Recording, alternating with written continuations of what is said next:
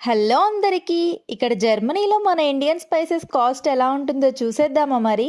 ఇక్కడ 100 గ్రామ్స్ జీలకర్ర అయితే 160 రూపీస్. అలాగే 100 గ్రామ్స్ ధనియాలు కూడా 160 రూపీస్. నెక్స్ట్ ఇక్కడ బిర్యానీ మసాలా, సాంబార్ పౌడర్ ఇలా చిన్న చిన్న ప్యాకింగ్స్ అన్నీ కూడా 99 రూపీస్. అలాగే 100 గ్రామ్స్ కారం వచ్చేసి 150 రూపీస్. నెక్స్ట్ ఇక్కడ మనకి 300 గ్రామ్స్ మెంతులు వచ్చేసి 230 రూపీస్.